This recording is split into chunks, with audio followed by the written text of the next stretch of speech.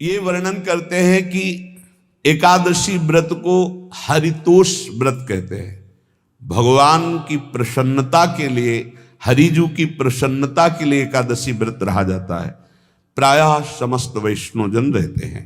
जो रसिक जन प्रियाजू के चरणों के अनन्य हैं, उनका एक ही व्रत है, श्यामा श्याम की 8 पहर उपासना करते हुए अपने मन वृत्ति को श्यामा श्याम में समर्पित करना। यहाँ ज्ञान ध्यान व्रत कर्म जीते सब काहो में नहीं मोहि प्रतीति, रसिक अनन्य निशान बजायो एक श्याम श्यामा पद प्रीति। पर जो एकादशी व्रत रहते हैं परम धन्य है, वो हरितोष व्रत है। अब एकादशी व्रत का नियम क्या है और कैसे एकादशी व्रत का फल मिलता है, कई बार चर्चा हुई। बहुत सुंदर तस्मा शास्त्रम प्रमाणम ते, शास्त्र प्रमाण के अनुसार श्री सनातन मुनि बोल रहे हैं, अथ ते नियमान वच्मि व्रते ह्रस्मिन् दिनत्रये, कास्यम मानुषम मसूरान्नम चणकान को द्रवास्तथा, शाकम मधुपरान्नम च पुनर्भोजन मैथुने, दशम्याम 10 वस्तूनि वर्जयेत वैष्णवः सदा। जिसे एकादशी रहनी हो और एकादशी का फल प्राप्त करना हो, उसको ये नियम पालन करना चाहिए। अथ ते नियमान वच्मि व्रते ह्रस्मिन् दिनत्रये, उसको 3 दिन, एक तो दशमी और एक द्वादशी और फिर बीच में एकादशी, उसको 3 दिन संयम में रहना होता है, तब बीच की एकादशी का उसे फल प्राप्त होता है। जिसे एकादशी व्रत रहना हो, उसका नियम है कि दशमी के दिन कांसे के पात्र का त्याग करे। वैष्णव सिद्धांत है कि कभी जिसमें मांस बना उस रसोई का भोजन न ग्रहण करे। मसूर की दाल, चना की दाल, कोदों और कोई भी शाक, शहद, दूसरों का अन्न, दोबारा भोजन और मैथुन, ये दशमी के दिन त्याग दे। एक बार दशमी के दिन भोजन करे 24 घंटे में, क्योंकि एकादशी रहना है। कांसे का पात्र, जिस रसोई में मांस बना उसके भोजन का त्याग, मसूर की दाल, चना, कोदो, शाक, मधु अर्थात शहद और दूसरे के द्वारा दिया हुआ भोजन और दोबारा भोजन और मैथुन क्रिया, इनका दशमी के दिन कभी भी प्रयोग ना करें। इन 10 वस्तुओं से वैष्णव दूर रहे दशमी के दिन। फिर एकादशी के व्रत में, ये पीछे तो हम वर्णन कर ही चुके हैं, कहीं नहीं आया यहाँ कुटू का वो कचौड़ी पकौड़ी और सिंघाड़ा का हलवा और सावा, ये दुनिया के खीर और सब। ये एकादशी के दिन किसी भी तरह की गेम आदि क्रीड़ा ना खेले। जैसे अब आज व्रत है तो बैठे हैं अपना मोबाइल में गेम खेल रहे हैं, ऐसा कोई भी क्रीड़ा नहीं। द्वैत क्रीड़ा, किसी भी तरह का गेम, ये सब खेल नहीं। द्वैत क्रीड़ाम च निद्राम च तांबूलम दंत धावनम, परापवादम पैशून्यम स्तेयम हिंसाम तथा रतिम, कोपम हृत वाक्यम च एकादश्याम विवर्जयेत। एकादशी के दिन उपासक को चाहिए कि वो किसी भी तरह की क्रीड़ा, मनोरंजन बिल्कुल नहीं।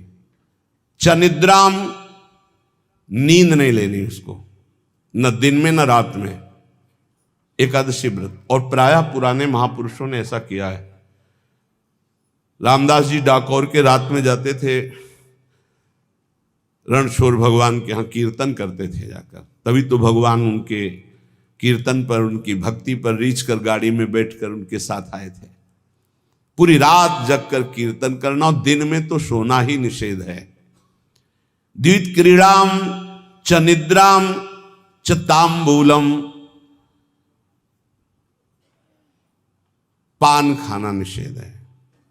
एकादशी को बिल्कुल नहीं। जो व्रत रह रहे हैं। और दंत धावनम, वृक्ष से तोड़कर जो दतून की जाती है एकादशी के दिन नहीं। परापवादम, दूसरे की निंदा करना, चर्चा करना नहीं, अर्थात अधिकतर मौन व्रत धारण करे एकादशी के दिन। पैशून्यम, चुगली करना। स्तेयम, कोई चोरी करना। हिंसाम, वाणी से, शरीर से, मन से किसी को दुख पहुंचाना। रतिम, अर्थात भोग करना, मैथुन करना। कोपम, किसी के ऊपर गुस्सा करना। अनत वाक्यम, झूठ बोलना। एकादश्याम विवर्जयेत, एकादशी के दिन ये नहीं करना चाहिए। एकादशी को एक बार कुछ फलाहार शुद्ध, अगर आपके पास कोई व्यवस्था नहीं तो थोड़ा दूध है, जल है, ऐसे आप लेकर, या थोड़ा सा फल ले लिया, थोड़ा सा फल लेकर के प्राण पोषण, एक दिन में मर नहीं जाओगे। कितने तो निर्जला एकादशी रहते हैं, हर एकादशी निर्जला। पूज्य श्री मथुरा दास जी निर्जला ही रहते थे हर एकादशी। चलो भैया आपकी सामर्थ्य नहीं तो जल 2-4 बार ले लो, एक बार थोड़ा सा दूध और फल ले लो, चल जाएगा काम, प्राणों का पोषण हो जाएगा। ये आचरण न करे और एक बार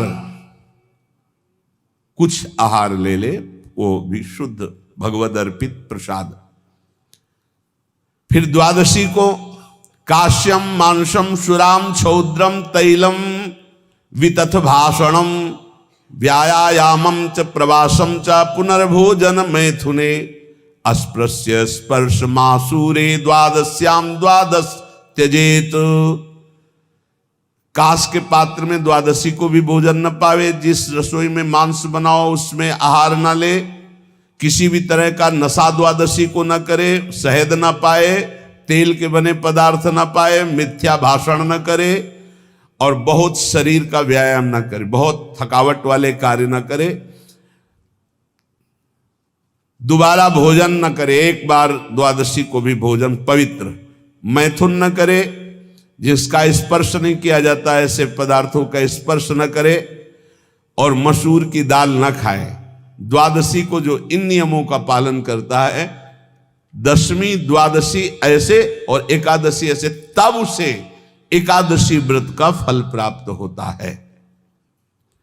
जो इस पद्धति से एकादशी, ये जो मनमानी है सब नहीं, हर पदार्थ मिल जाएगा आपको फलाहार में, हर पदार्थ हमको बताया गया कि आपको जो चाहो सब पदार्थ फलाहार का। अरे भाई हरितोष व्रत है तो हरि प्रसन्नता के लिए एक दिन भूखे रहने बहुत आनंद आता है। पहले भगवत कृपा से ऐसी गंगा जल पी करके कुछ दिन, फिर कभी कभी निर्जला एकादशी का भी आनंद। बड़े संन्यास मार्ग में थे तो बड़े संयम से सब शास्त्रीय पद्धतियों का निर्वाह होता था। उपासक को चाहिए कि इन नियमों से व्रत का अनुष्ठान करे, मनमानी आचरण न करे। सबसे प्रार्थना जो एकादशी रहते हो, हरितोष व्रत इसे कहते हैं, भगवान की प्रसन्नता के लिए रहा जाता है, रहना चाहिए। जो अपनी आचार्य परंपरा में हैं जैसे, जिनका सिद्धांत है, पर रहने का सिद्धांत ये श्री सनत कुमार जी वर्णन, श्री सनक जी महाराज, ये सनत कुमार जी वर्णन की। सनक जी महाराज कह रहे हैं, यदि भगवान का आश्रय नहीं, सत्संग नहीं है, तो इन 4 में से एक हो तो नाश कर देता, फिर चारों हो तो सर्वनाश हो जाता है। यौवनम धन संपत्ति प्रभुत्व विवेकता एकैपमप्यनर्थाय किमु यत्र चतुष्टयम। यदि सत्संग नहीं है, यदि भगवद आश्रय नहीं है, और खूब धन हो, जवान अवस्था हो, और बढ़िया पद मिला हो, प्रभुत्व चलता हो, और अज्ञान हो, फिर क्या कह रहा है? बोले ये चारों जहां मौजूद होते हैं वहां सर्वनाश का खेल शुरू हो जाता है। अगर इनमें से एक हो तो सर्वनाश करने में पर्याप्त है, और अगर चारों हो तो फिर क्या कहना है? यौवनम, जवान हो, धन संपत्ति, खूब रुपया पैसा हो, प्रभुत्व, कोई पद हो, कोई अधिकार हो बड़ा, फिर अविवेकता और अज्ञानी हो तो बोले एक नाश कर देगा, फिर चारों तो नाश ही कर देंगे। अगर सत्संगी है तो ये चारों महान कार्य कर देंगे। क्या यौवनम, जवान है, खूब दूसरों की सेवा, मेहनत पूर्वक धन संपत्ति कमाकर माता पिता की सेवा, परिवार की सेवा।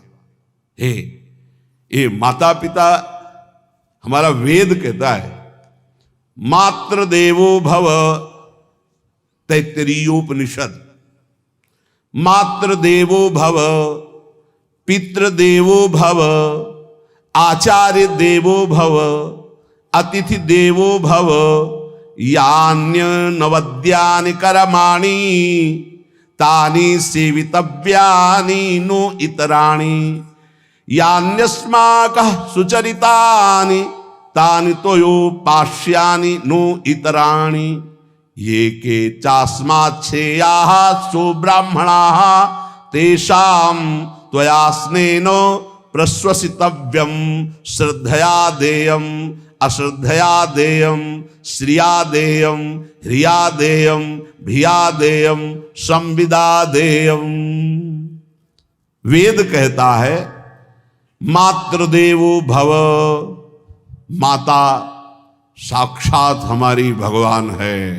देव हरि को कहते हैं, केशव देव जैसे कहा हरि को कहते हैं, गोविंद देव, मातृ देव, माता भगवान है। ए धिक्कार है उन पुत्रों को जो अपने माता के द्वारा पोषित किए हुए शरीर से हाथ उठाते हैं अपने माता पिता के ऊपर।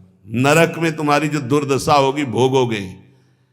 एक हमको दिखाया गया दृश्य कि अपनी माता की कोख में लात मारता है, थप्पड़ मारता है, पिता बैठा है उसको लात मारता है, थप्पड़ मारता है, बाल घसीट कर गेट तक माता को ले जाता है। अब इनकी जो दुर्दशा होगी ये बोल नहीं पाएंगे, बता नहीं पाएंगे। ऐसी जगह मारा जाता है कि बस तलकते रहो, कुछ कह नहीं सकते, घोर नरकों की प्राप्ति होती।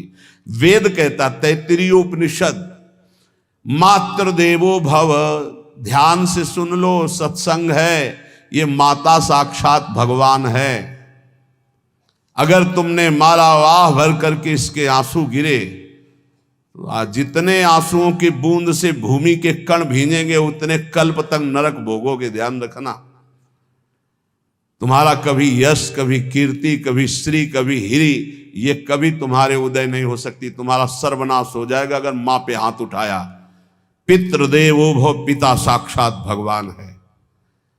देखो भगवान अवतरित हुए तो प्रात काल उठी कै रघुनाथा, मातु पिता गुरु नावहि माथा। आचार्य देवो भव, माता साक्षात भगवान है, पिता साक्षात भगवान है, आचार्य गुरुदेव साक्षात भगवान है। जो अपनी माता को, अपने पिता को दुख देता है, अपने गुरुदेव की अवहेलना करता है, उसका कभी मंगल हो सकता है? वो कभी सुख प्राप्त कर सकता है? वेद कहता है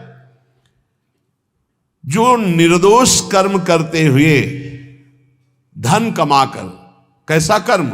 निर्दोष कर्म करते हुए धन कमाता है और उस धन से अपने बूढ़े माता पिता और गुरुजनों की सेवा करते हैं, जीवन धन्य है। धिक्कार है उस पुत्र को, धिक्कार उस जवानी को, धिक्कार है उस धन को, धिक्कार उस बुद्धि को जिसको ये सब प्राप्त होने पर भी अपने बूढ़े माता पिता को दर दर के भटकने के लिए विवश कर देते हैं, जो अपने बूढ़े माता पिता को कष्ट देते हैं। जहां वेद कह रहा है मातृ देवो भव, पितृ देवो भव, आचार्य देवो भव, अतिथि देवो भव, चार बातें कही।